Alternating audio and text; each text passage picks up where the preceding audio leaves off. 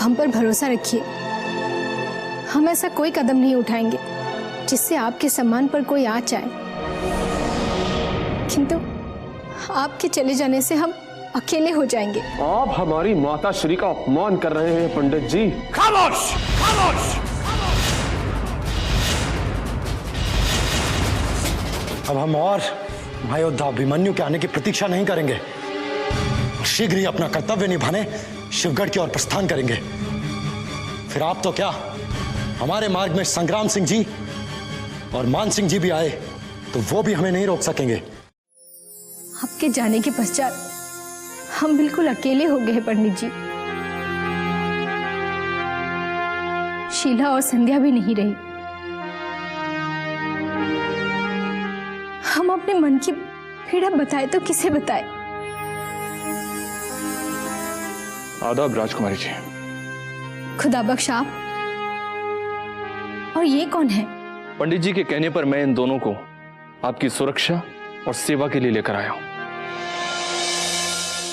ये माधवी है।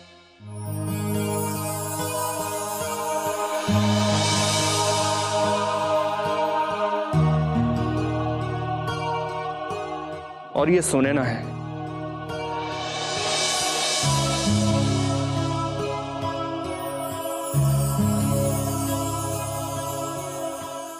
प्रणाम राजकुमारी जी। आपकी सेवा का अवसर पाकर हम दोनों धन्य हो गए। ये दोनों कोई मामूली सेविकाएं नहीं है, लेकिन महल में शत्रुओं की नजर से बचने के लिए ये मामूली सेविका होने का ही दिखावा करेंगे। राजकुमारी जी, विंध्याचल की सबसे चतुर अय्यार का ताज सुनैना को पहनाया गया है।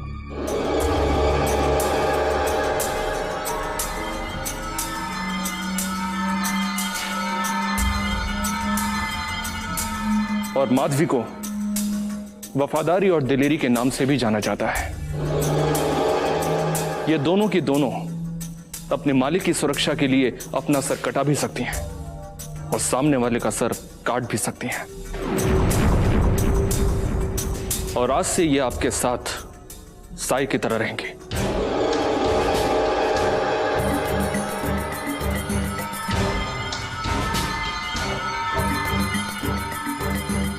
आपके हर हुक्म का पालन आंख मूंद कर करेंगे राजकुमारी जी। ये दोनों अवश्य हमें विजयगढ़ के द्वार तक पहुंचा सकती हैं। हमें ऐसी ही चतुर अय्यारों की आवश्यकता थी। हम इनका साथ पाकर बहुत प्रसन्न हैं। अब आप जा सकते हैं।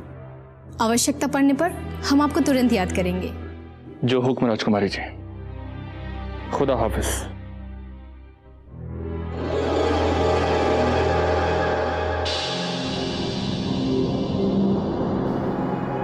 हम एक राजकुमारी होकर भी पिंजरे में बंद उस कोयल की तरह है, जिसके पंख तो है पर वो उड़ नहीं सकती। कंठ में सुर तो है पर वो गा नहीं सकती। हम चाहकर भी इस पिंजरे से उड़ नहीं पाते। यदि हम पंख फैलाने का प्रयास भी करते हैं तो गिद्ध बनके महल के शत्रु हमें घेर लेते हैं। हम क्या करें? पंख फैलाने की तैयारी, क्योंकि अब हम दोनों बाज बनकर आपकी रक्षा करने के लिए तैयार हैं। बस अब आप ये बताइए कि आपको उड़ना कहाँ तक है? विजयगढ़ से आए उस संदेश वाहक तक, जो महल से दूर एक छोटी सी कुटिया में हमारा कब से इंतजार कर रहा है। अब आप निश्चिंत होकर मेरे साथ वहां जाने की तैयारी कीजिए राजकुमारी जी। मैं आपको वचन देती हूँ, आपकी उससे भेंट भी हो जाएगी और महल के किसी शत्रु को भनक भी नहीं लग पाएगी। किंतु कैसे? कक्ष से बाहर निकलते ही शत्रुओं की दृष्टि से बचना असंभव है। असंभव को संभव करना ही हम अय्यारों का मुख्य कार्य है।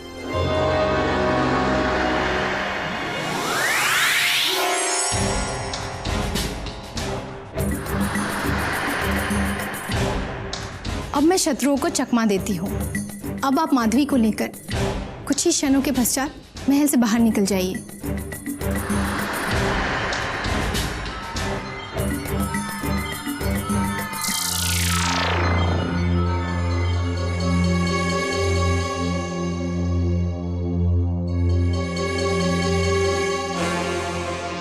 आज राजकुमारी किशोरी अपने कक्ष से पहली बार अकेली निकली है।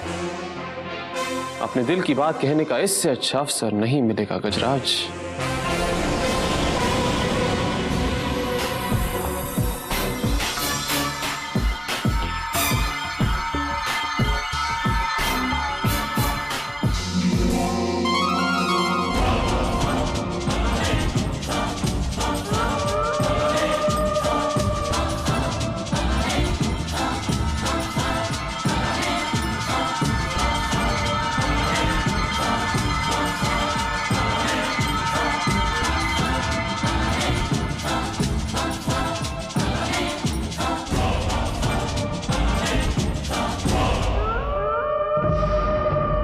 ये क्या मेरे आका, ये गजराज शहजादी आलिया के पीछे पीछे कहाँ जा रहा है? कहीं ऐसा तो नहीं कि शीला और संध्या की रुखसत के बाद ये शहजादी आलिया का नया निगहबान बन गया? नहीं चंगेज, बात कुछ और ही है। आओ देखते हैं माजरा क्या है।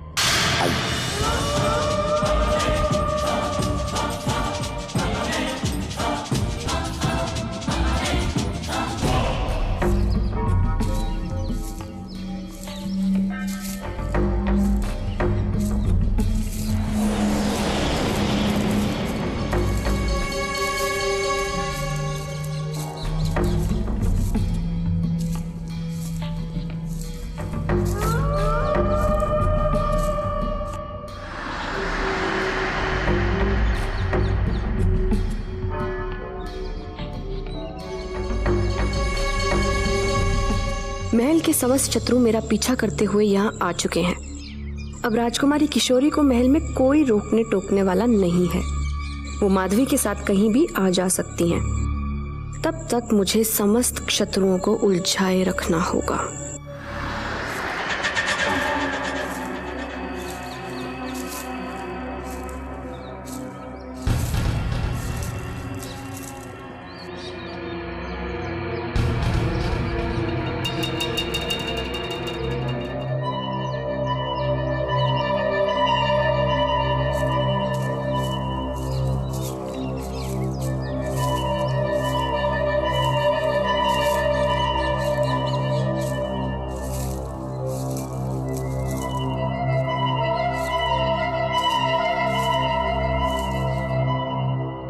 प्रणाम राजकुमारी।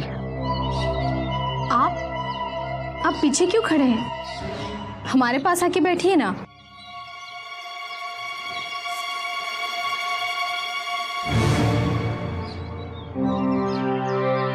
ये फूल आपके लिए। कितना प्यारा फूल है, बिल्कुल आपकी तरह। ये क्या हो रहा है? जो किशोरी हमसे मिलना तो दूर, ठीक से बात भी करना पसंद नहीं करती थी, वो अचानक हमारी प्रशंसा कैसे करने लगी? कहीं हम कोई सपना तो नहीं देख रहे? देखा मेरे आका, हम लोग यहाँ खड़े के खड़े रह गए और वो शकुंतला का पिल्ला शहजादी आलिया को फूल दे रहा है।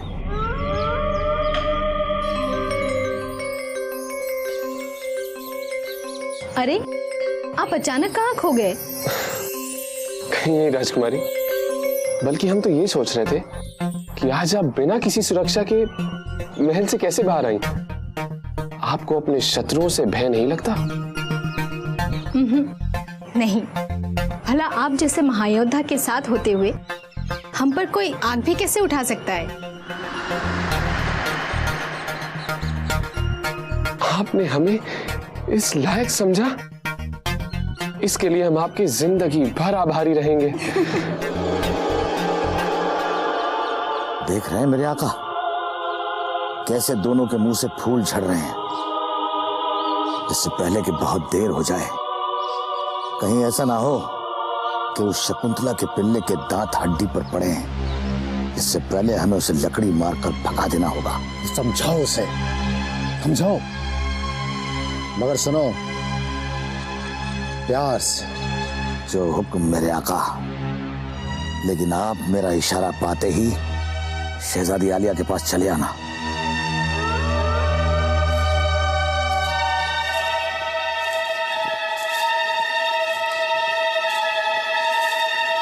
शहजादी आलिया की खिदमत में गुलाम का आदाब। चंगेज, तुम यहाँ? क्या तुम भी गजराज की तरह हमारी सुरक्षा के लिए आए हो? खता की माफी चाहूंगा शहजादी आलिया। आपकी हिफाजत के लिए तो मेरे आका सोमनाथ ही काफी हैं, क्योंकि उनकी नजरों में हमेशा आप रहती। अब मैं आपसे बात कर रहा हूं, लेकिन कहीं ना कहीं से मेरे आका की नजरें आप ही पर लगी होंगी। तो फिर तुम यहाँ क्या कर रहे हो? मैं तो आपको सिर्फ इतना बताने आया था कि महल की सबसे खूबसूरत अय्यार केसरिया आपको ढूंढ रही थी, आपकी याद में बेचैन थी।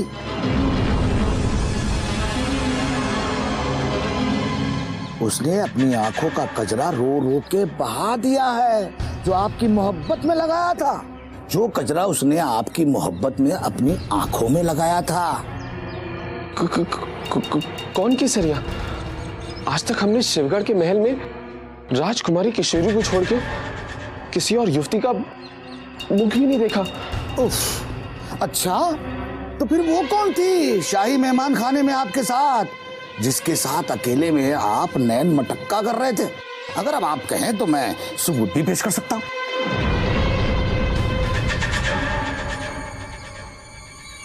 हो सकता है आपकी माताश्री ने उसे आपको ढूंढने के लिए भेजा हो। अब आप जाइए। जो आ गया।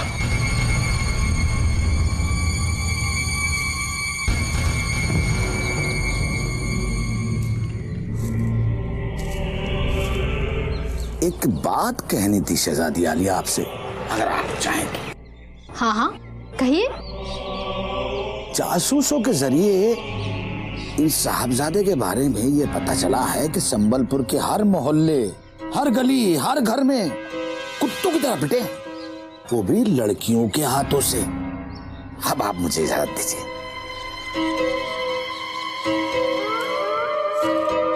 इस महल में एक से बढ़कर एक चालबाज बैठे हैं, किंतु वो नहीं जानते कि अब उनका पाला महाअय्यार सुनैना से पड़ा है। अब तक सुनैना ने महल में घूम रहे सभी शत्रुओं को भ्रमित कर दिया होगा राजकुमारी जी। चलिए हम तुरंत इसका फायदा उठाते हुए महल से निकल चलते हैं। हमें अति शीघ्र इमली की कुटिया में तारा सिंह से मिलने पहुंचना है। यदि सुनैना अपने परीक्षा में सफल हो गई तो हमारे सारे कष्ट दूर हो जाएंगे। चल।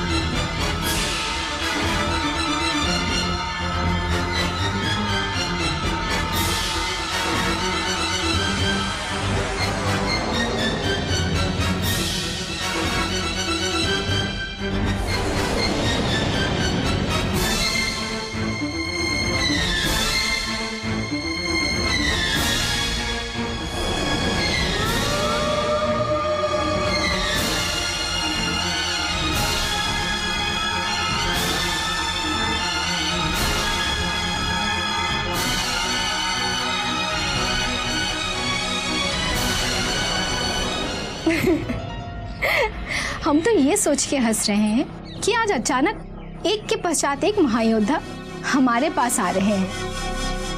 सच, महल के इस बगीचे में हमें कितना सुख मिल रहा है।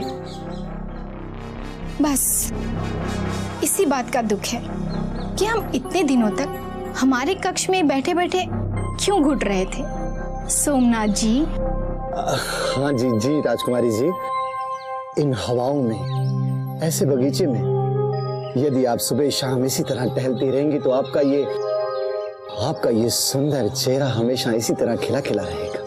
परंतु आप अकेले मत यहाँ आइएगा, हमें अपने साथ में अवश्य लाइएगा, क्योंकि शत्रुओं की बुरी दृष्टि आप पर कभी भी पड़ सकती है। अब आपके रहते हमें किसी का भय हो सकता है सोमनाथ जी। हम जानते हैं कि आप हमारी रक्षा के लिए सजग रहते हैं, किंतु हम कहीं भी रहे आपकी निगाहें हम पर हमेशा टिकी रहती है ना महायोद्धा सोमनाथ जी?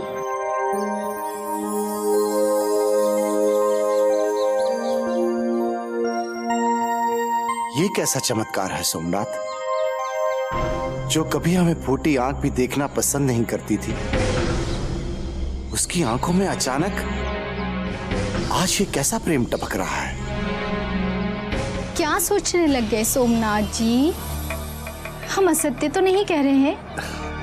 जी बिल्कुल नहीं। और वैसे भी शिवगढ़ की राजकुमारी कभी ये सत्य बोल ही नहीं सकती। आपकी सुरक्षा करना सोमनाथ का प्रथम कर्तव्य है। हम अपने प्राणों की बाजी लगाकर भी आपकी सुरक्षा करेंगे, क्योंकि आप शिवगढ़ की राजकुमारी हैं।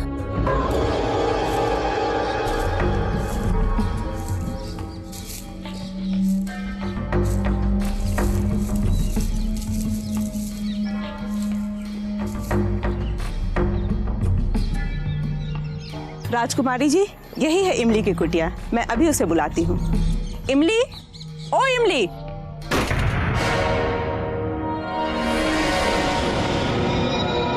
ये राजकुमारी जी है इमली, तारा सिंह से मिलने आई हैं। प्रणाम राजकुमारी जी।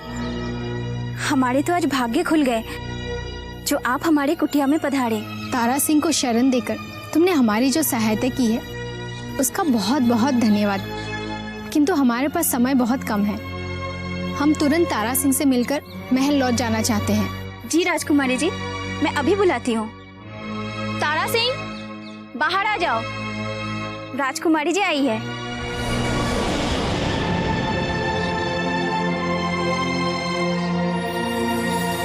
प्रणाम राजकुमारी जी।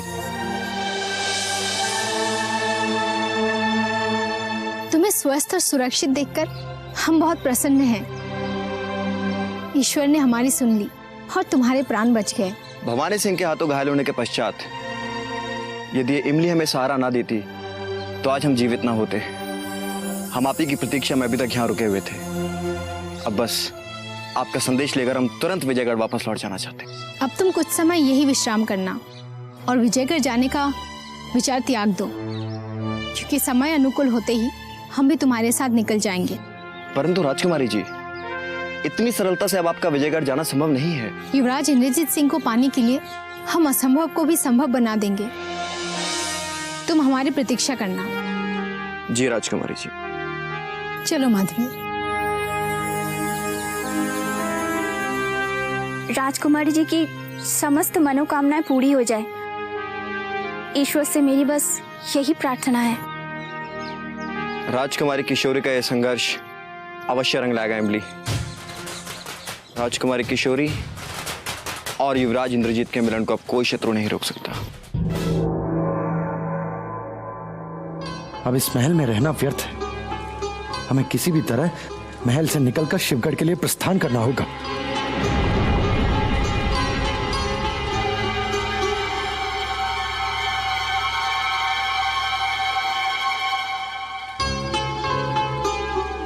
युवराज प्रणाम। प्रणाम मान सिंह जी। हम आपको अपनी भतीजी से मिलाना चाहते हैं। परंतु कहाँ है वो? अंदर आ जाओ बेटी।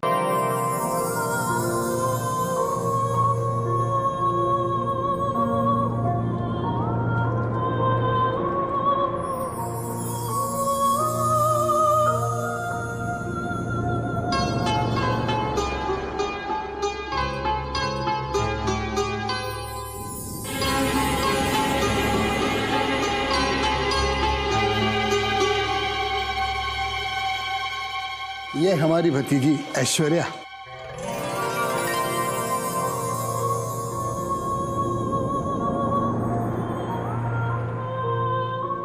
प्रणाम युवराज। प्रणाम।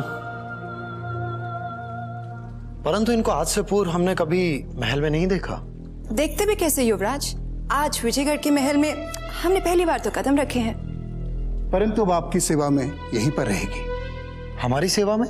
हाँ युवराज, भैरवी और महानंदा अवकाश पर अपने घर गई हुई हैं। उनके लौट कर आने तक ऐश्वर्या आपका ध्यान रखेगी। हम अपना ध्यान रखने में स्वयं सक्षम हैं। इसके लिए इन्हें कष्ट देने की कोई आवश्यकता नहीं। ऐसा कैसे हो सकता है युवराज? भला हमारे रहते हुए आप अकेले अपना ध्यान कैसे रख सकते हैं? एक बार जो हमने आपकी सेवा की, आप जीवन भर हमें नहीं भुला पाएंगे, है ना काका श्री? हमने झूठ तो नहीं कहा। इसे बचपन से बहुत बोलने की लत है युवराज, परंतु अपना कार्य पूरी निष्ठा और सेवा भावना से करने की आदत है। अब हमारी इतनी भी प्रशंसा करने की क्या जरूरत थी काका? यदि हमारी सेवा से प्रसन्न होकर युवराज ने हमारी प्रशंसा की होती तो हमें शायद खुशी भी होती। ठीक है बिटिया, हम चलते हैं। हाँ?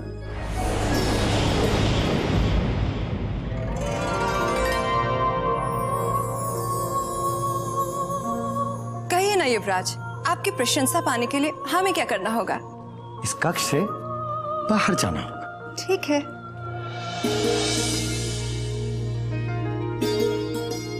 किंतु युवराज, यदि हम इस कक्ष से बाहर चले गए तो हम आपकी पसंद और नापसंद कैसे जान पाएंगे?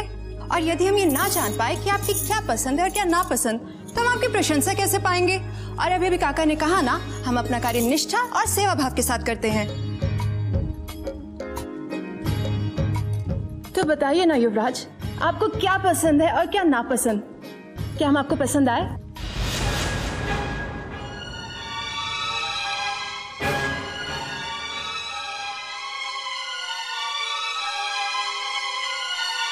कितना भी दूर भाग लो युवराज, यदि हमने भी तुम्हें किशोरी की आंखों से निकालकर अपनी झील सी आंखों में ना डुबो दिया, तो हमारा नाम भी बिजली नहीं।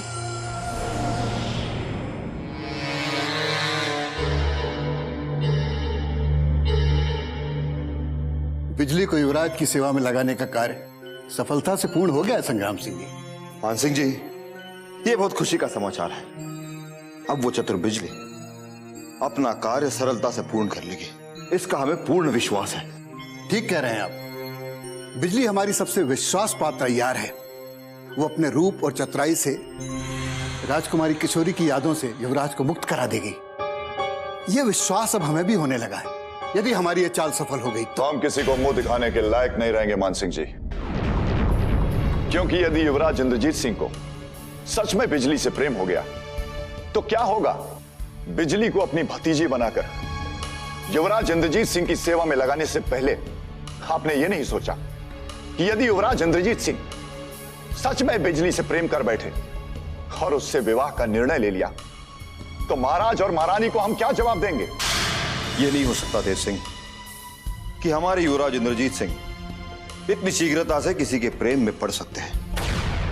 हमने तो बिजली को केवल उनके विचार बदलने के कार्य से उनकी सेवा में लगाया है, ना कि विवाह के इरादे से। नहीं संग्राम सिंह, इस उम्र में किसी हम उम्र युवती के साथ रहने से प्रेम की आग भड़कते देर नहीं लगती, और इस बात का उदाहरण भी हमें मिल चुका है।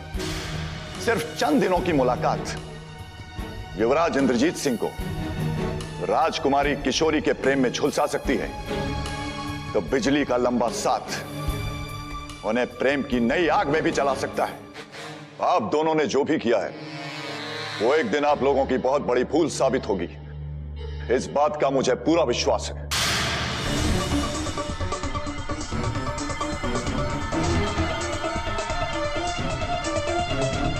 वाह वाह वाह वाह वाह वाह वाह, क्या बात है, क्या बात है, क्या बात है।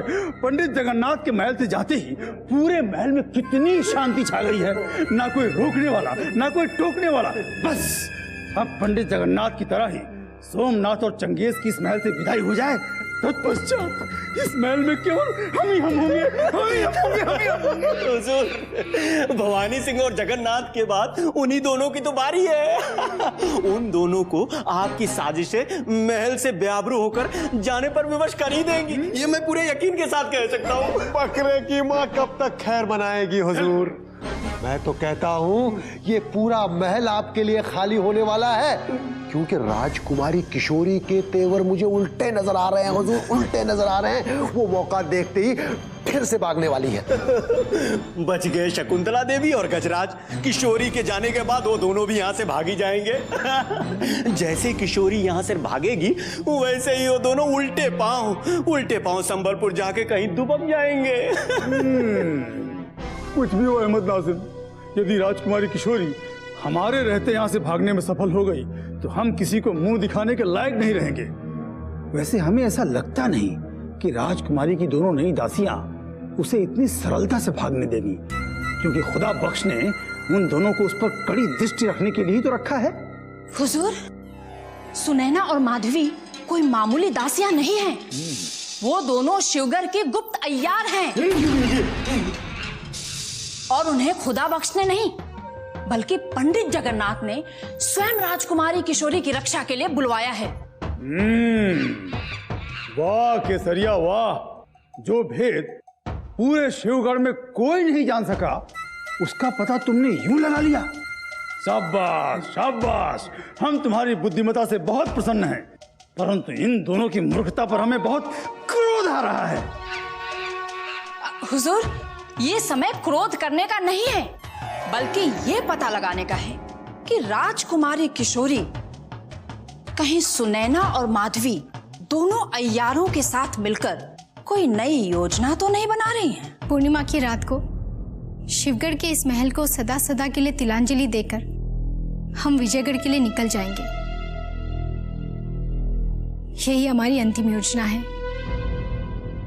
योजना को पूरा करने के लिए हम दोनों अपने प्राणों की बाजी लगा देंगे राजकुमारी जी। अब आप ये बताइए कि करना क्या है।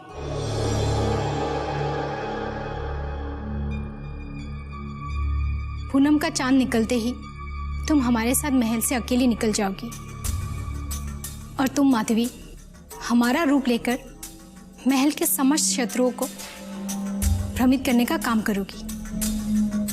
समझ गई।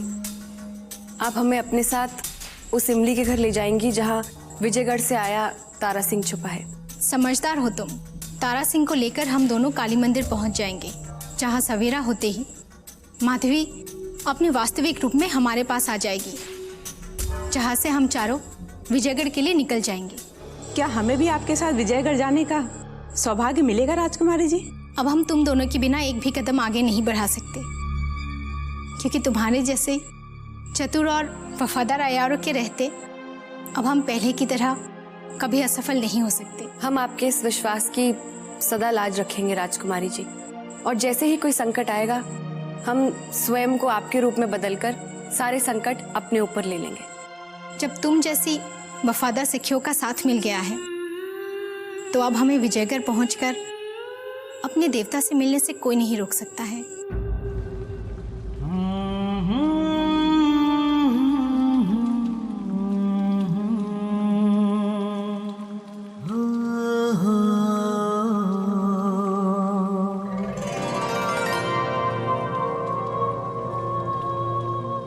युवराज, आपसे एक प्रश्न पूछे?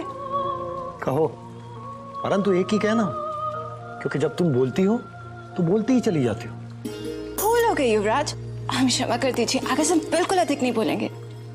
हर बार अधिक ना बोलने के लिए क्षमा मांगती हो और तुरंत सब कुछ भूलकर फिर बोलने लगती हो। अब कहो, क्या कहना चाहती हो? युवराज, क्या आप सच में शिवगढ़ की राजकुमारी से प्रेम करते हैं? यह कैसा प्रश्न है?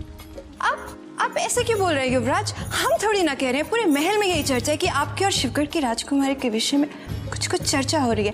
पर आपको बुरा लगा तो हमें क्षमा कर दीजिए युवराज, हम ऐसी गलती दोबारा नहीं करेंगे।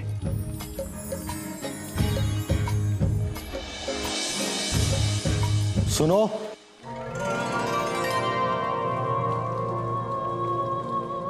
जी युवराज। महल में और क्या क्या चर्चाएं हो रही है?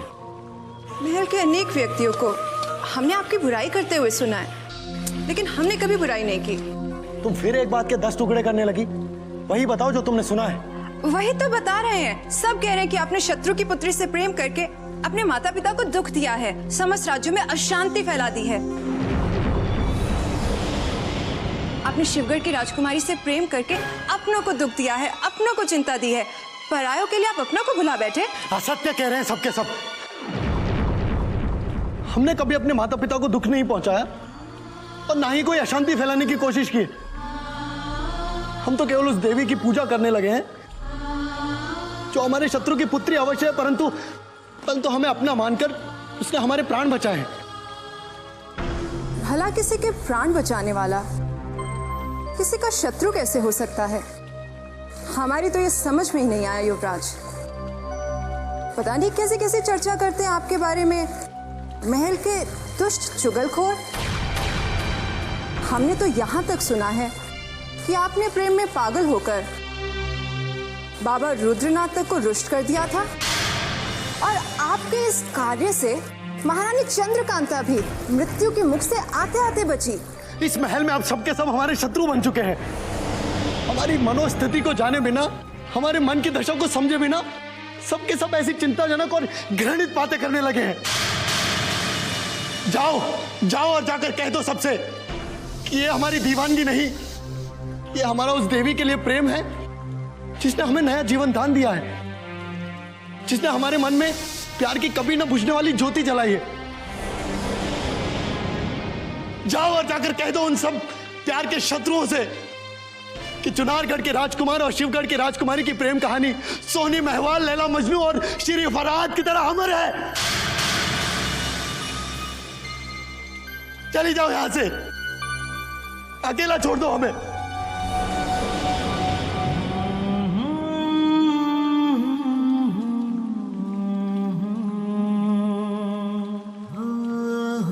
हमने कभी अपने माता पिता को दुखी करने की कोशिश नहीं की, कभी नहीं। क्या हमारे महायोद्धा युवराज इंद्रजीत सिंह को सुरक्षित महल में वापस लाने में सफल हो गए?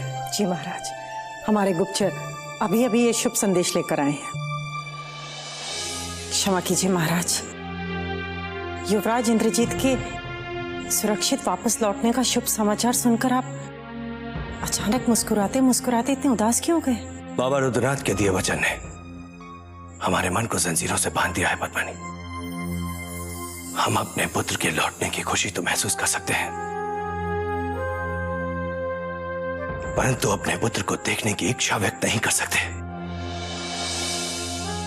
अब दीपावली के दिए जगमगाने से पहले हमारे मन का अंधकार दूर नहीं हो सकता, और यही सोच सोचकर अब हमें हर खुशी, हर दुख एक जैसा लगने लगा है। मैं जानती हूँ महाराज कि आप और महारानी अपने मन पर कितना बोझ उठाए हुए हैं, किंतु कुछ समय पश्चात हमारे सारे के सारे दुख दूर हो जाएंगे महाराज, और हमारा बिखरा हुआ राज परिवार फिर से एक हो जाएगा। अब आप निश्चिंत हो जाइए महाराज, क्योंकि तेज सिंह अपनी पूरी निष्ठा के साथ संग्राम सिंह और मान सिंह जी का साथ दे रहे हैं, और युवराज इंद्रजीत सिंह पर पूरी तरह से नजर बनाए हुए हैं। अब हमने युवराज इंद्रजीत सिंह के भविष्य का निर्णय उनके भाग्य पर छोड़ दिया है पद्मनी। दीपावली से पूर्व उनका विचार भी हम अपने मन में नहीं लाना चाहते। यही बाबा रुद्रनाथ का आदेश भी है। अब हम अपना समस्त ध्यान अपनी बिखरी हुई शक्तियों को समेटने पर केंद्रित करना चाहते हैं,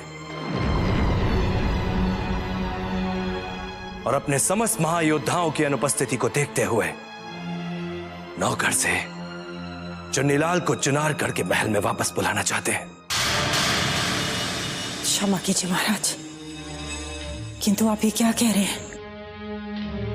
क्या आप उस चुन्नीलाल को अचानक माफ कर देंगे जिसने कभी बगावत के लिए अपना सर उठाया था? परंतु हमने तुरंत चुन्नीलाल को सिर झुकाने के लिए विवश कर दिया था। अब वो अपनी वफादारी दिखाकर अपनी भूल का पश्चाताप करना चाहते हैं और इसलिए हम उन्हें एक अवसर प्रदान करना चाहते हैं। पद्मनी महाराज, सुना सांप को कितना भी दूध पिलाया जाए परंतु वो उगलता सिर्फ और सिर्फ विष है। यदि चुन्नीलाल यहाँ आ गए तो यहाँ पर आकर सिर्फ और सिर्फ विष ही उगलेंगे और ये बात मैं पूरे विश्वास के साथ कह सकती हूँ। हम जानते हैं पद्मनी, मगर जहर की काट भी जहर ही होता है। तो बात और है कि चुन्नीलाल हमें अपने विषदंत दिखाने का दुस्साहस एक बार कर चुके हैं, परंतु हमें पूरा विश्वास है कि इस बार वो अपना विष हमारे शत्रुओं पर उगलेंगे। तुरंत नौकर संदेश भेजकर चुन्नीलाल को चुनारगढ़ के महल में बुलाया जाए, ये हमारा आदेश है।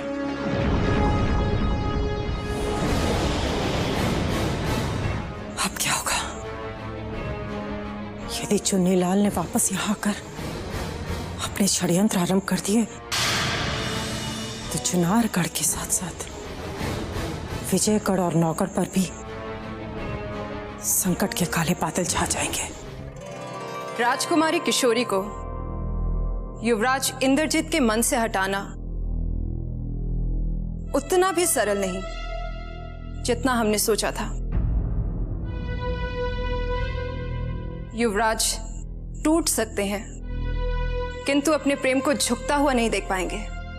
क्या कभी ना हारने वाली विजयगढ़ की सबसे चतुर अय्यार आज इतनी सरलता से पराजित हो गई? नहीं, ये हमारी पराजय नहीं, किंतु ये अवश्य स्वीकार करते हैं कि शिवगढ़ की राजकुमारी की निंदा करके हम युवराज इंद्रजीत का झुकाव अपनी तरफ नहीं कर सकते। तो किसी और तरीके से झुकाना होगा। शिवगढ़ की राजकुमारी की यादों को भुलाने के लिए अब तुम्हें अपनी सुंदरता का शस्त्र चलाना होगा। ये कैसी राय दे रहे हैं आप संग्राम सिंह जी? जिस युवराज ने राजकुमारी को अपने दिल में बसाकर उसे पूछना शुरू कर दिया है, कोई युवती अपने सुंदरता के बल पर उन यादों को कैसे भुला सकती है? अवश्य बुला सकती है तेज सिंह, क्योंकि लोहा ही लोहे को काटता है। परंतु इस बात को तुम नहीं समझोगे। कहावतें हर जगह सच्ची नहीं होती संग्राम सिंह जी, जिसे आप नहीं समझ रहे हैं। अब अगर युवराज इंद्रजीत सिंह के दिल से राजकुमारी किशोरी की यादें अगर कोई भुला सकता है तो वो सिर्फ राजकुमारी किशोरी ही भुला सकती है और कोई भी नहीं। ये क्या कह रहे हैं आप? भला हमारे युवराज के मन से राजकुमारी किशोरी अपनी यादों को कैसे मिटा सकती है? मिटा सकती है मान सिंह जी, अगर बिजली को राजकुमारी किशोरी का बहरूपिया बनाकर युवराज इंद्रजीत सिंह के पास भेज दिया जाए तो सांप भी मर जाएगा और लाठी भी सलामत रहेगी। इस चाल के सहारे हम युवराज को अधिक समय तक मूर्ख नहीं बना सकते, क्योंकि आज नहीं तो कल सत्य तो उन्हें पता नहीं होगा और जिस दिन उन्हें सत्य का पता चल जाएगा तो इसका परिणाम बहुत भयानक होगा। संग्राम सिंह के तर्क से हम पूरी तरह सहमत हैं तेज सिंह, हमें कोई और युक्ति लगानी होगी।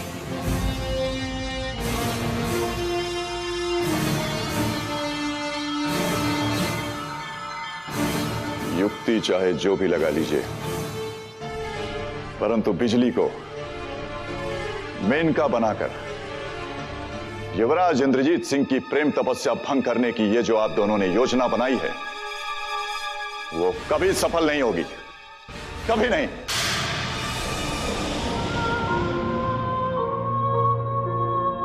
तेज सिंह ने बिजली की क्षमताओं पर प्रश्न चिन्ह लगाकर बिजली के मन में सुलगते अंगारे भर दिए हैं। अब हम युवराज इंद्रजीत को अपना वो नया रूप दिखाएंगे कि किशोरी की यादों के दिए उनके मन से सदैव के लिए खुद ब खुद बुझ जाएंगे। उम्मीद है कि सुनैना और माधवी का साथ पाकर आपका अकेलापन काफी हद तक दूर हो गया होगा। अब आपकी खिदमत में कोई कमी तो नहीं? हम इन दोनों के कार्य से बहुत खुश और संतुष्ट है खुदाबख्श। पंडित जी ने इन दोनों का चुनाव करके हमारी बहुत सी कठिनाइयां दूर कर दी है। यदि ये दोनों साथ ना देती तो हम विजयगढ़ के उस तारा सिंह से कभी नहीं मिल पाते, जिससे मिलना हमारा अति आवश्यक था। ये आप क्या कह रही हैं राजकुमारी जी? मुझे बहुत खुशी हो रही है कि विजयगढ़ से आया वो मेहमान जिंदा है, लेकिन इस तरह से अचानक उससे मिलने के लिए जाना काफी खतरनाक हो सकता है।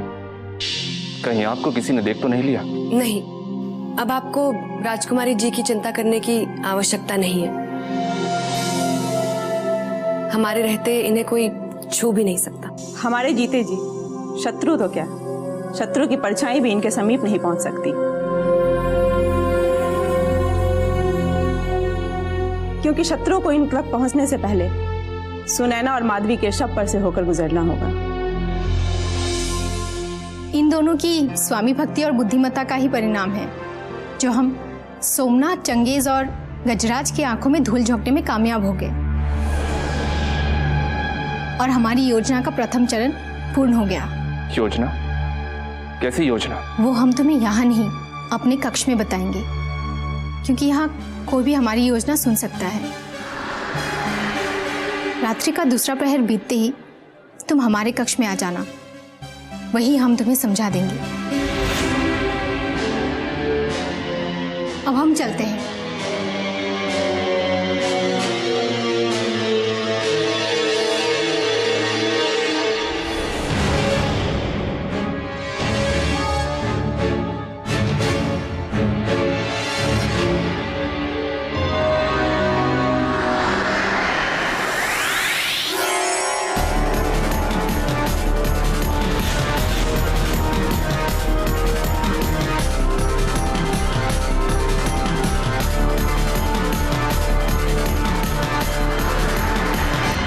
पता नहीं खुदा बख्श के रूप में क्रूर सिंह की ये शातिर अयार ने राजकुमारी से क्या क्या बातें की हैं, परंतु आज इतना अवश्य पता चल गया कि अब राजकुमारी किशोरी की पल पल की जानकारी धूर्त क्रूर सिंह रखने लगा है। क्या विजयगढ़ का अय्यार अभी तक जीवित है? शीघ्र बताओ, कहाँ है वो दुष्ट? हम अभी उसका वध कर देंगे। हुजूर, अभी इस बात का पता नहीं चल पाया है कि वो अय्यार इस शिवगढ़ में कहां छुपा हुआ है, परंतु इतना मैं जरूर जान गई हूं कि राजकुमारी का संपर्क उस अय्यार से हो चुका है और वो अपने शातिर अय्यार माधवी के साथ उससे मिलकर भी आ चुकी है। मुझे तो पहले ही शक था, तो मखत अय्यार अभी तक जिंदा है और हमारी सरहद में ही छिपा है, पर कोई मेरी सुने तब ना। हुजूर, मैं तो कहता हूं उस अय्यार से पहले उस पनाह देने वाले को ढूंढकर फांसी पे लटका देना चाहिए, क्योंकि मुल्क के साथ गद्दारी करने वाला सबसे बड़ा दुश्मन होता है। खामोश! किसे कब क्या दंड देना है इसका निर्णय हम करेंगे, तुम दोनों नहीं, समझे? केसरिया, तुम तत्काल ये पता लगाओ कि राजकुमारी किशोरी उस अय्यार से क्यों मिलने गई थी। कहीं उसकी फिर से महल छोड़कर भागने की कोई योजना तो नहीं? इसका पता तो अभी नहीं चल पाया है हुजूर, किंतु अंधेरा होते ही जो भी सत्य होगा वो सामने आ जाएगा। हैं? वो कैसे? हमें राजकुमारी जी ने खुदा बख्श समझकर मध्य रात्रि में अपने कक्ष में बुलाया है। आज वो हमें किसी गुप्त योजना के बारे में बताने वाली है। अच्छा, अवश्य ही उस अय्यार से वापस मिलने या शिवगढ़ की सीमा से उसे सुरक्षित बाहर निकालने की कोई गुप्त योजना हो सकती है। परंतु केसरिया, तुम इस बात का अवश्य पता लगा लेना कि वो अय्यार किसके यहाँ शरण लिए हुए है। यदि समय रहते उसे मौत के घाट उतार दिया गया तो राजकुमारी की सारी योजना एक ही झटके में ध्वस्त हो जाएगी और तत्पश्चात हमारी नाक कटने से सदा सदा के लिए बच जाएगी। आपकी नाक और शिवगढ़ के सम्मान की चिंता हमें अपने प्राणों से भी बढ़कर है हुजूर। अब चाहे कुछ भी हो जाए, किंतु विजयगढ़ के युवराज इंद्रजीत के पास हमारी राजकुमारी कभी नहीं पहुंच पाएगी हुजूर। राजकुमारी किशोरी, हम सब कुछ सहन कर सकते हैं, किंतु आपकी छवि पर कभी कोई दाग लगते हुए नहीं देख सकते, जो कि हमारे महल के अनेक व्यक्ति लगाने पर तुले हुए।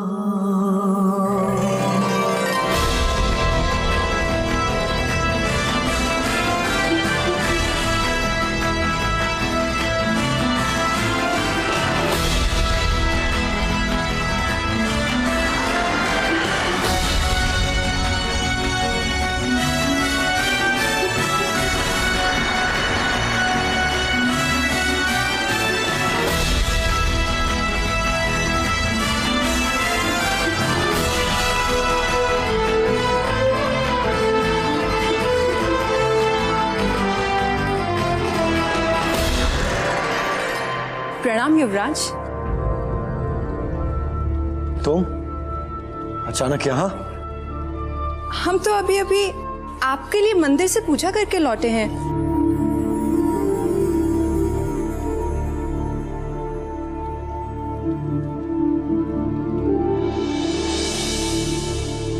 हमारे लिए पूजा करने को तुमसे किसने कहा था? किसी ने भी नहीं। हम तो अपने ही मन से भगवान से प्रार्थना करने गए थे कि आपको अतिशीघ्र अपनी वो चाहत मिल जाए जिसकी पायल से भी आप इतना प्यार करते हैं।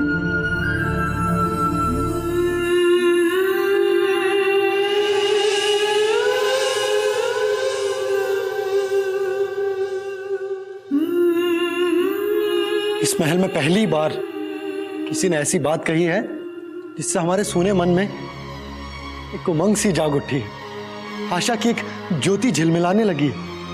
हम तो ईश्वर से यही प्रार्थना करते हैं युवराज कि आपके मन में प्रेम की ज्योति सदा जगमगाती रहे और आपके सभी सपने पूरे हो जाएं। परंतु इस महल में तो सभी हमारे प्रेम के विरुद्ध हैं। यहाँ तक कि हमारे छोटे भाई आनंद, वो भी नहीं चाहते कि हमारा प्रेम सफल हो। और तुम अपरिचित होते हुए भी क्यों हमारे प्रेम के लिए प्रार्थना कर रही हो? चंद दिनों में तुमने ऐसा क्या देख लिया हम में कि तुम हमारे लिए इतनी सहानुभूति करने लगी? युवराज जी, कोई कहने की बात थोड़ी ना है, ये तो महसूस करने की बात है। और हमने तो आपके मन में, आपकी आंखों में बसी शिवगढ़ की राजकुमारी की तस्वीर भी देख ली है और उसे तो वहां से कोई मिटा ही नहीं सकता। युवराज, हमें तो लगता है विरह की जिस अग्नि में आप झुलस रहे हैं ना, शिवगढ़ की राजकुमारी भी उसी विरह की अग्नि में होगी।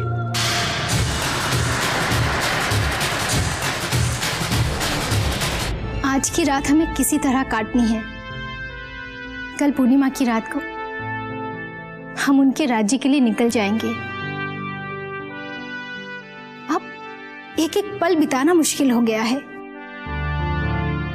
पता नहीं ये सुबह कब होगी और हमारे जीवन को बदल देने वाली वो रात कब आएगी। आदाब राजकुमारी जी, क्या मैं अंदर आ सकता हूँ? आइए।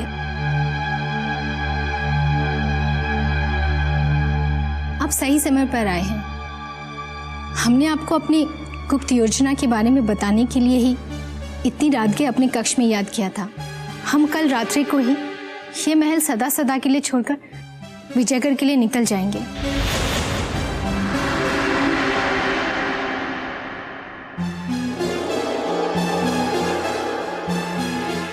ये आप क्या कह रही है राजकुमारी किशोरी? हम जानते थे कि ये सुनकर आपको अवश्य आघात सा लगेगा, किंतु इसके अलावा हमारे पास भी कोई और चारा नहीं है। अब हम युवराज के बिना एक पल भी नहीं रह सकते। मगर आपके जाने के पश्चात मैं पंडित जी को क्या जवाब दूंगा? इसका जवाब तो हमारे पास भी नहीं है। हम जानते हैं कि हमारे चले जाने से उन्हें बहुत दुख होगा, इसलिए हमने उनके और माताश्री के नाम एक एक संदेश लिख दिया है, जिन्हें पढ़ने के पश्चात उन्हें हमारी व्यवस्था का अवश्य आभास होगा।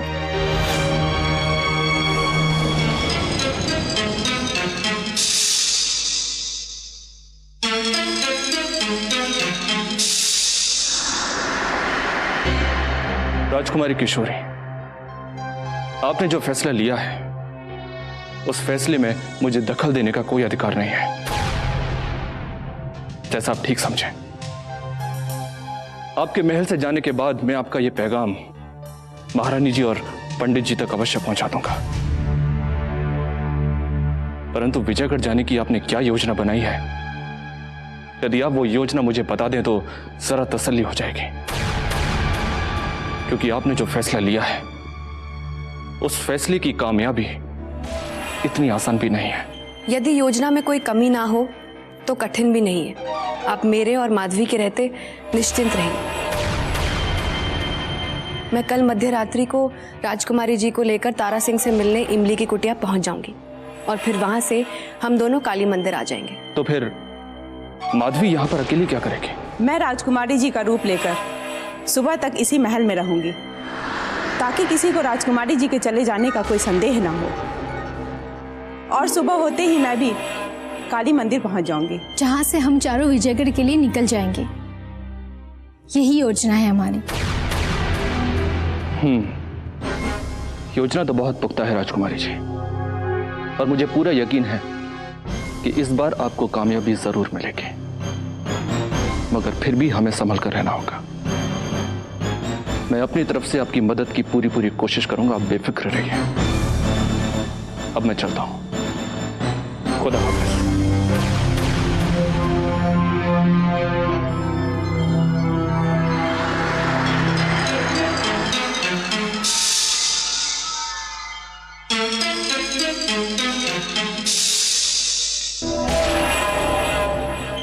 बिल्कुल ठीक समय पर राजकुमारी किशोरी की योजना का पता चल गया।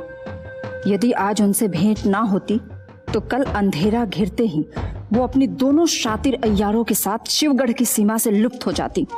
हमें ये बात हुजूर को तुरंत बतानी होगी।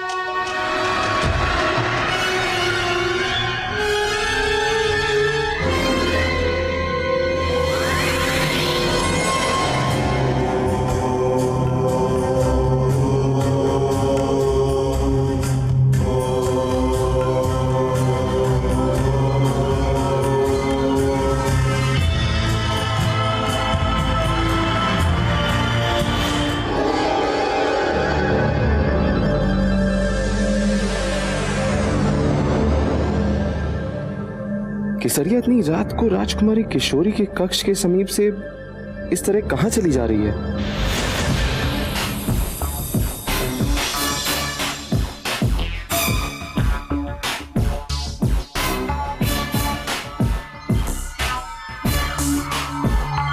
केसरिया,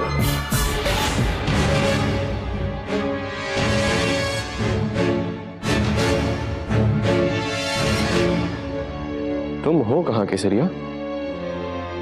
अतिथि कक्ष में मिलने के पश्चात तो तुम आज तक हमसे नहीं मिली। हमारे पास समय नहीं था गज्जू। हम चलते हैं, कल सवेरे बात करते हैं। परंतु आधी रात के इस समय तुम जा कहां रही हो केसरिया? और ये तुम्हारे हाथ में किसका संदेश पत्र है जो तुम हमसे छुपा रही हो? हम इसका उत्तर देना आवश्यक नहीं समझते, और आपको भी कोई अधिकार नहीं है ये प्रश्न पूछने का। हम सिर्फ अपने हुजूर के लिए काम करते हैं, किसी और के लिए नहीं। समझे गज्जू?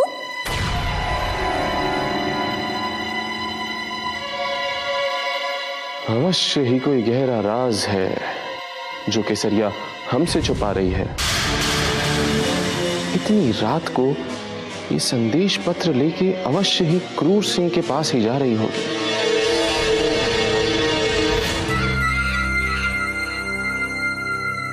राजकुमारी किशोरी की योजना के विषय में कोई सूचना लेकर अभी तक केसरिया आई क्यों नहीं? यदि यह शीघ्र पता चल जाता कि विजयगढ़ का अय्यार कहां छुपा हुआ है, तो राजकुमारी किशोरी की किसी भी योजना को हम तत्काल ध्वस्त कर देते।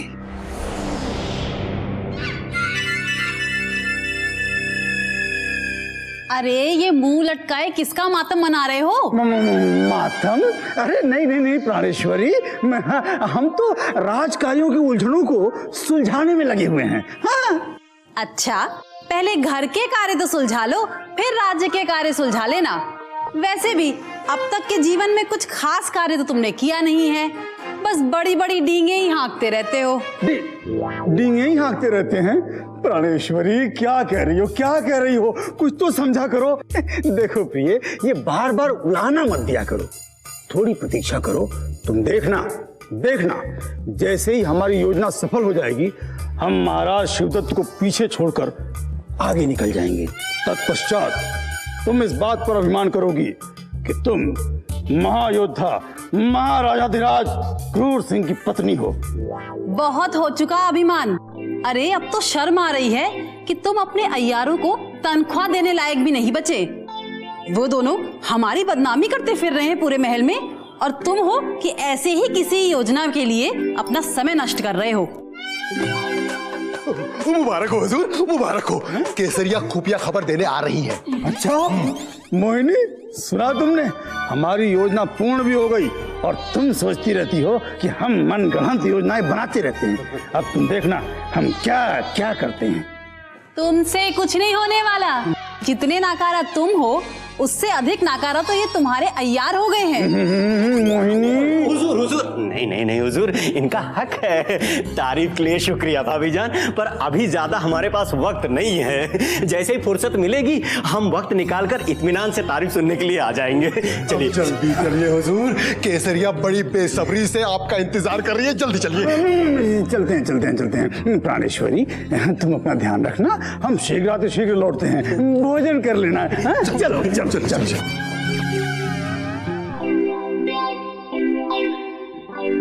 हे भगवान, पता नहीं मेरे पिताश्री ने इस महामूर्ख के पल्ले ही मुझे क्यों बांध दिया।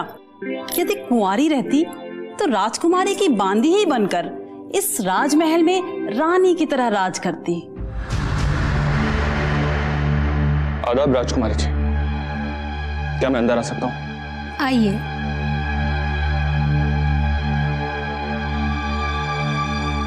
हम आप ही को बुलाने माधवी को भेजने वाले थे। अच्छा वो आप खुद ही आ गए। जी फरमाइए। हमने माताश्री के नाम जो आपको संदेश दिया था उसे आप तुरंत नष्ट कर दीजिए, क्योंकि हम नहीं चाहते कि हमारा संदेश पढ़ने के पश्चात माताश्री को कोई दुख पहुंचे। कैसा संदेश पत्र? राजकुमारी जी, आपने हमें कब और कौन सा संदेश पत्र दिया था?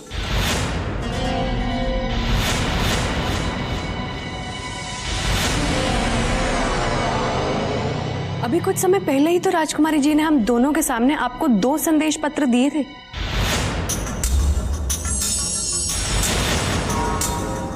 दो संदेश पत्र?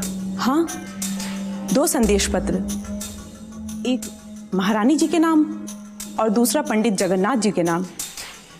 परंतु आश्चर्य है कि आप इतनी जल्दी कैसे भूल गए।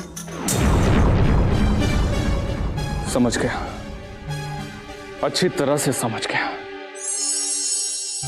राजकुमारी किशोरी, अब सबके साथ धोखा हुआ है, क्योंकि जिसे खुदा बख्श समझकर आपने वो संदेश पत्र दिए थे वो दुश्मन का कोई जासूस था।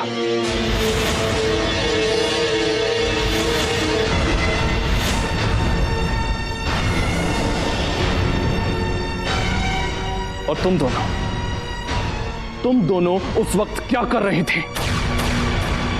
बहुत अफसोस हो रहा है हमें कि इतनी शातिर जासूस होने के बावजूद तुम उस जासूस के असली चेहरे को पहचान नहीं पाए। हमें माफ कर दीजिए, दुर्भाग्य से आज पहली बार हमारी नजरें धोखा खा गई। अब क्या होगा? हमने स्वयं ही शत्रु तक अपनी सारी योजना पहुंचा दी। पता लगाना होगा कि वो कौन था जो आपका रूप लेकर हमें छलने आया था। फरमा रहे हैं, वरना आपके महल में होते हुए राजकुमारी किशोरी की इतनी हिम्मत कहां जो हमारे दुश्मन के बेटे के बारे में भी सोच सके। और नहीं तो क्या, पंडित जगन्नाथ की शकुंतला देवी से जब से आंखें चार हुई वो तो अपने आप को इश्क का मसीहा समझ बैठे हैं हुजूर। तभी तो उन्हीं के तैनात अय्यारों की मदद से आज राजकुमारी किशोरी ने फिर से भागने का फैसला कर लिया है। ये पंडित जगन्नाथ भी बुढ़ापे में पूरी तरह से सठिया गए हैं। स्वर्ग सिधारने की उम्र में पूजा पाठ छोड़ के शिवगढ़ को प्रेमगढ़ बनाने पर तुले हुए हैं। हुजूर, लेकिन पंडित जी इस समय महल में है भी नहीं इसलिए उनके विषय में ना सोचकर यदि हम राजकुमारी की बनाई हुई योजना को ध्वस्त करने के लिए कोई नई योजना बना ले तो कैसा रहेगा? केसरिया, तुम 100% सत्य कह रही हो। यदि ऐसा नहीं हुआ तो महाराज शिवदत्त के संबलपुर से लौटने के पश्चात महायोद्धा क्रूर सिंह के मान सम्मान, पद प्रतिष्ठा पर कभी भी प्रश्न चिन्ह लग सकता है। हुजूर, मेरा कहा मानिए तो सोमनाथ को भी अपने साथ ले लीजिए।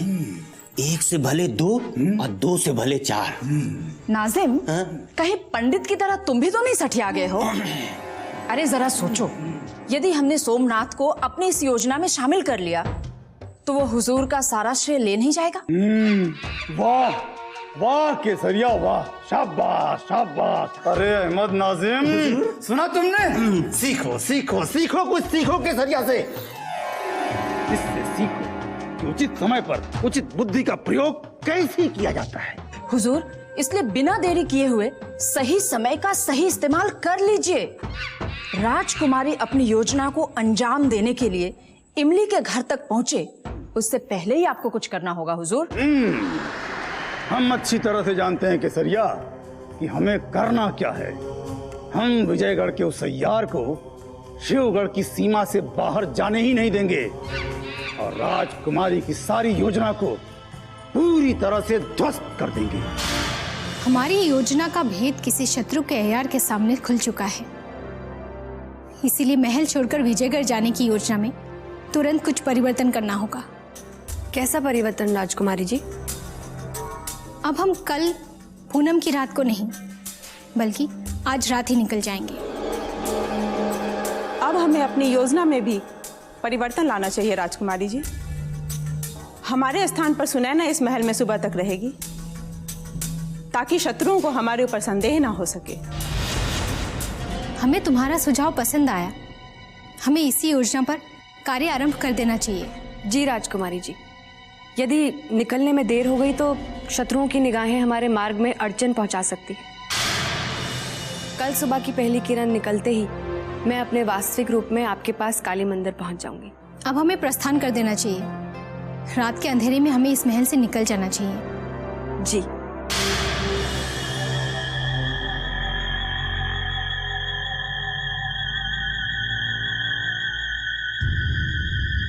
मध्यरात्रि के प्रहर कोई नजर नहीं आ रहा, यही अच्छा अवसर है।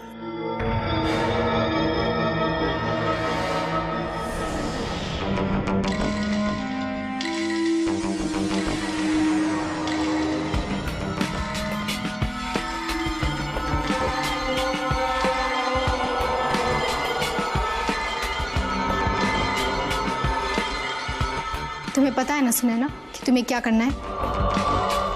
आप चिंतित ना होइए राजकुमारी, सुनैना सब संभाल लेगी। आप बस शीघ्र माधवी के साथ यहाँ से निकल जाइए।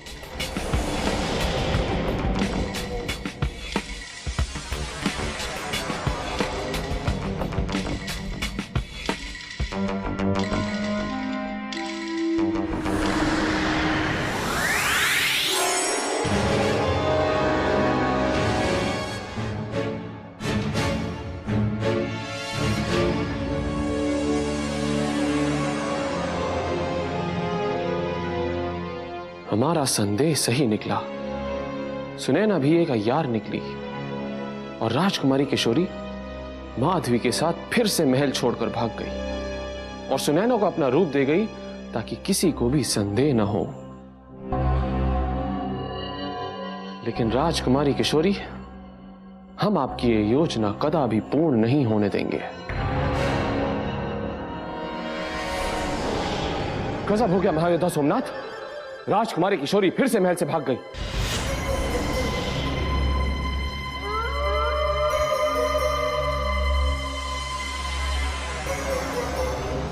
राजकुमारी किशोरी भागने की? यह तुम्हें किसने कह दिया? ये स्वयं हमने अपनी आंखों से देखा है सोमनाथ कि राजकुमारी किशोरी माधवी के साथ महल छोड़कर भाग चुकी है और सुनैना उनका रूप लेकर हमें भ्रमित करने के लिए उनके कक्ष में रुकी है। समझ गया मेरे आका, समझ गया।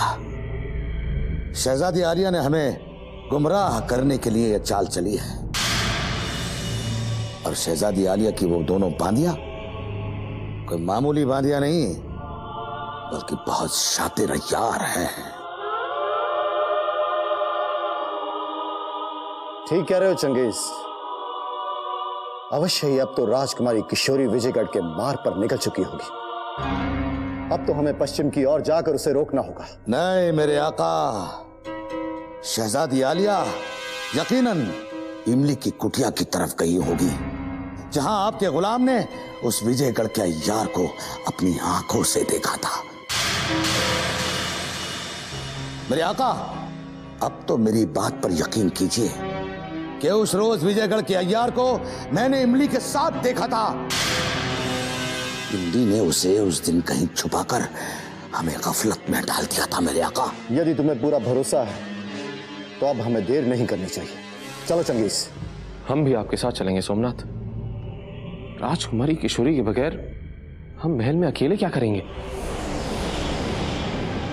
नहीं गजराज, इस महल में तुम्हारी आवश्यकता है तो मैं भवानी सिंह पर नजर रखनी होगी। यदि राजकुमारी किशोरी के भागने का पता भवानी सिंह को चल गया तो वो कारागार तोड़कर फिर से राजकुमारी के पीछे हो लेगा। समझे? चलो चंगेज।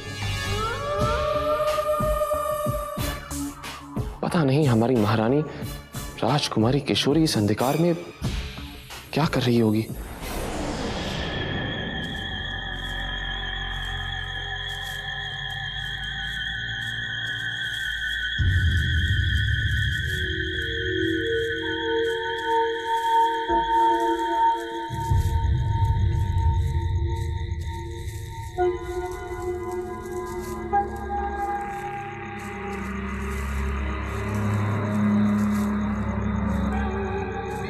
हम सही दिशा में जा रहे हैं ना माधवी?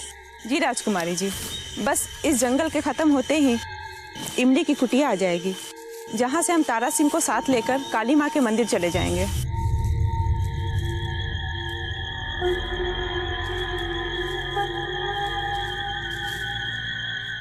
दुष्ट तारा सिंह, आज तुम देखोगे क्रूर सिंह की क्रूरता।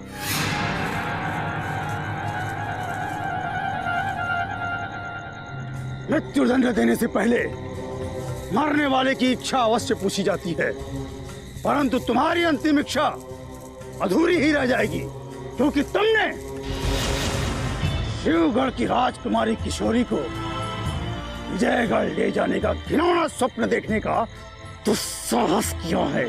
जिसे तुम स्वप्न समझ रहे हो ना क्रूर सिंह, उसे हकीकत में बदलने से कोई नहीं रोक सकता, क्योंकि स्वयं विधाता ने शिवगढ़ की राजकुमारी किशोरी और हमारे युवराज इंद्रजीत का मिलन निश्चित किया हुआ है। विधाता ने निश्चित किया है तो हम तुम्हारे विधाता के निश्चय को पलट देंगे, और राजकुमारी किशोरी तो बहुत दूर की बात, हम तुम्हें भी विजयगढ़ जाने के लायक नहीं छोड़ेंगे।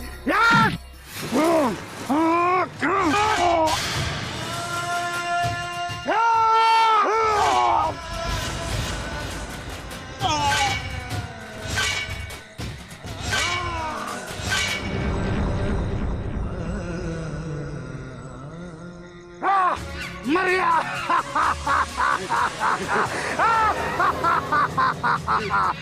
क्रूर सिंह की क्रूरता!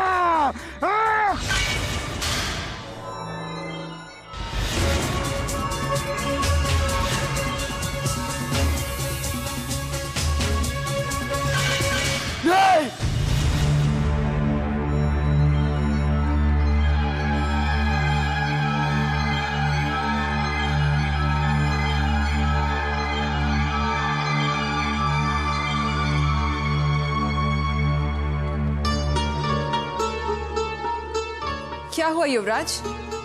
क्या आपने कोई डरावना सपना देखा?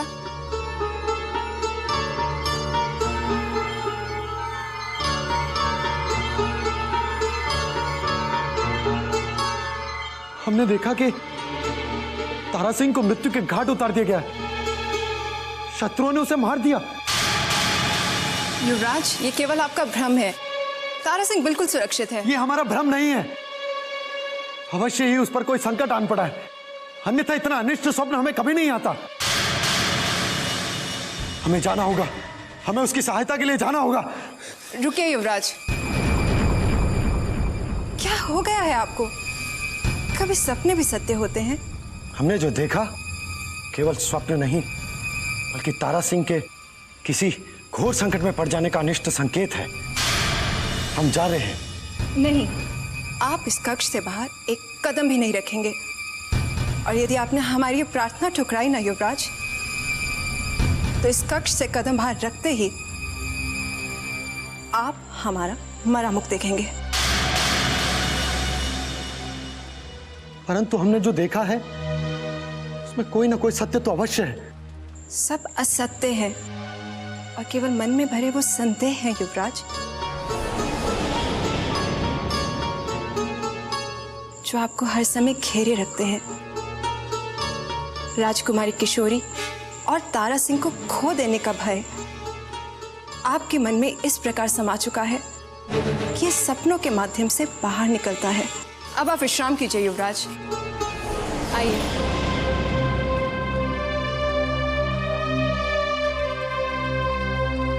और हमें पूरा विश्वास है कि राजकुमारी किशोरी और तारा सिंह का कोई बहुत ही शुभ समाचार आप तक शीघ्र ही पहुंचेगा। आप विश्राम कीजिए।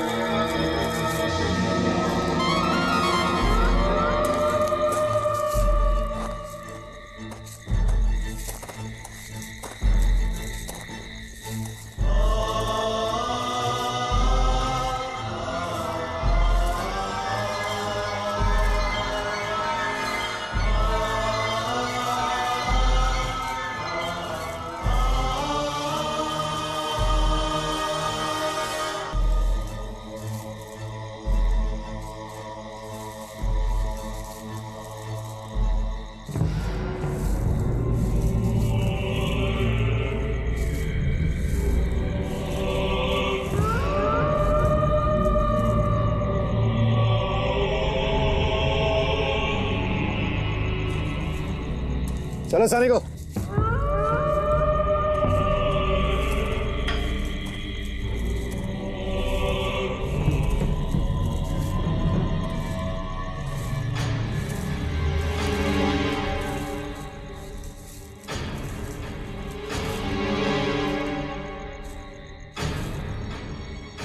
हमारी योजना खुल चुकी है राजकुमारी जी, वरना सोमनाथ और चंगेज हमें यूं खोजते हुए नहीं आते। सोमनाथ और चंगेज की तरह महल के समस्त शत्रु हमें खोजने निकल पड़े होंगे, और खुदा बख्श की उस बहरूपिया ने हमारी योजना को ध्वस्त करने की इरादे से तारा सिंह को क्रूर सिंह के हाथों मरवाया है। अब क्या होगा माधवी?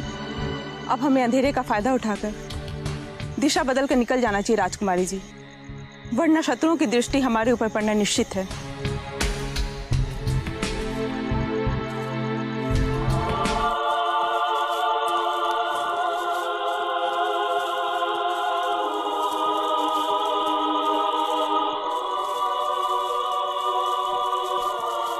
चंगेज, अब उस सैयार का ठिकाना और कितनी दूर रह गया है?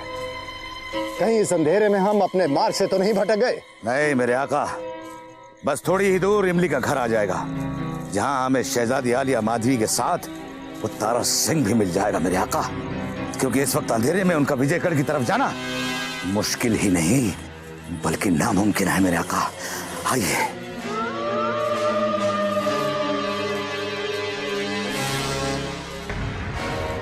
हजूर, यहाँ शब्द पड़ा है।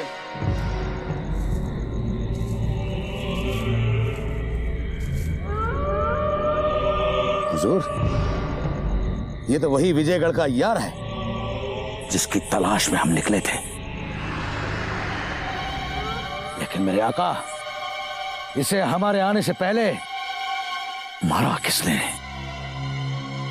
अवश्य महल का कोई साथी होगा जो हमसे पहले राजकुमारी किशोरी के भाग निकलने की योजना को जानता होगा। और वो छुपा रुस्तम ये चाहता होगा मेरा आका कि यह अय्यार शहजादी आलिया से ना मिले, इसीलिए उसने इस तुच्छ अय्यार का कत्ल कर दिया। मेरे आका, लेकिन इसे मारा किसने?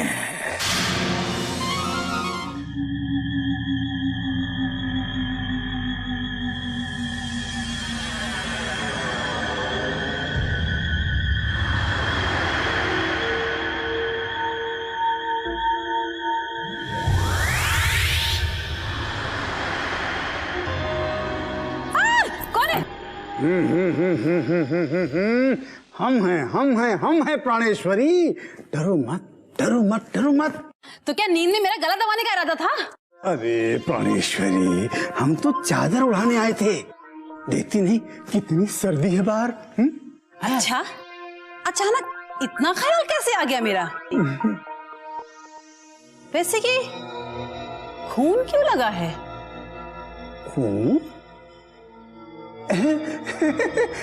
ये खून नहीं है, ये तो हमारे माथे का सिंदूर है। सिंदूर? परंतु तुमने अपने माथे पे सिंदूर क्यों लगाया हुआ है? प्राणेश्वरी, ये तो पत्नियां अपनी मांग में लगाती हैं अपने पति की रक्षा के लिए। प्राणेश्वरी, जब तुम हमारी रक्षा के लिए अपनी मांग में सिंदूर भर सकती हो, तो क्या हम तुम्हारी रक्षा के लिए अपने माथे पर सिंदूर नहीं लगा सकते हैं? बताओ तो। बताओ बताओ बताओ तो। इतना प्रेम करते हो हमसे? और नहीं तो क्या प्राणेश्वरी, यदि आवश्यकता पड़ी तो हम तुम्हारे लिए अपने प्राण भी दे सकते हैं, परंतु बाद में। अभी तो आवश्यकता है हमें भोजन की, क्योंकि बहुत भूख लगी है। तत्काल भोजन परोस दो प्रिय। अभी लाती हूँ, आप तब तक हाथ मुंह धो लीजिए। बिल्कुल बिल्कुल, अभी अभी अभी अभी। सदा सुहागन रहो।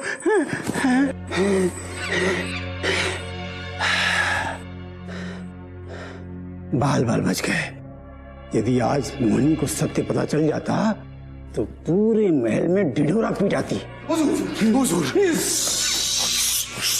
धीरे बोलो, धीरे बोलो, धीरे बोलो। ये खबर लाए हैं, मोहिनी अभी जाग रही है। अब बताओ क्या सूचना है? हुजूर, सोमनाथ और चंगेज महल से नदारत हैं। गजराज का भी कोई ठिकाना नहीं है। न जाने सबके सब कहाँ चले गए। अहमद नाजिम, ये सब हमारी ही चाल है।